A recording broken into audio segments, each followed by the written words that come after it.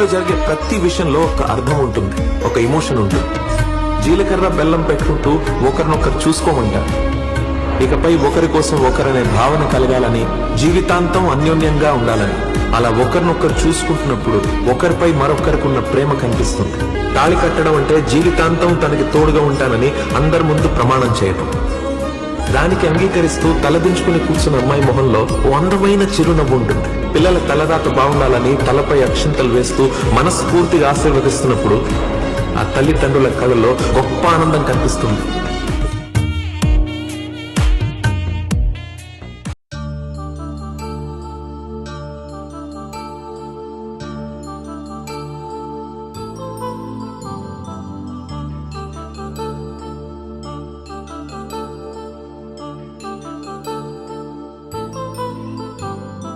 కళ్యాణం వైభోగం ఆనందరాగాల శుభయోగం.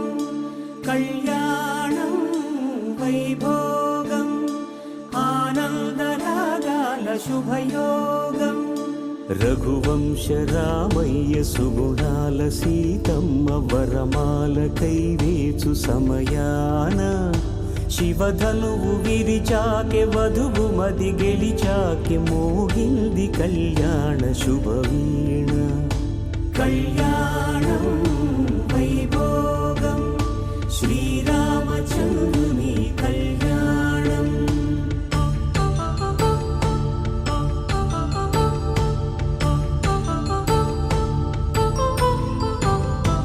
అపరంజి తరుణి అందాల రమణి వినగాని కృష్ణయ్య లీలామృతం. గుడి దాటి కదిలింది తన వెంట నడిచింది గెలిచింది రుక్మిణి ప్రేమాయణం. కళ్యాణం వైభోగం ఆనంద కృష్ణుని కళ్యాణం.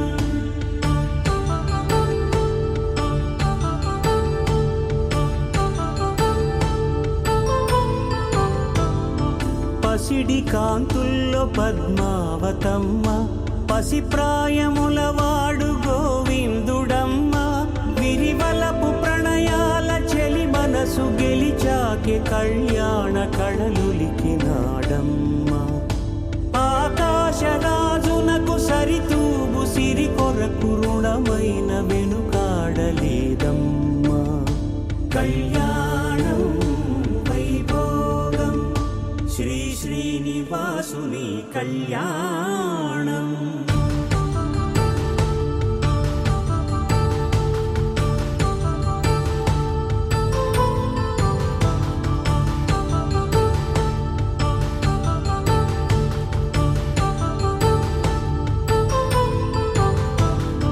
వేదమంత్రం అగ్ని సాక్ష్యం జరిపించు ఉత్సవానా.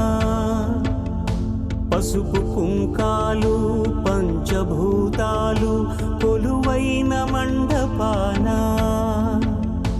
వరుడంటూ వధువంటూ ఆ బ్రహ్మముడి వేసి జత కలుపు తంతే ఇది. స్త్రీ పురుష సంసార సాగరపు మథనాన్ని సాగించమంటున్నది.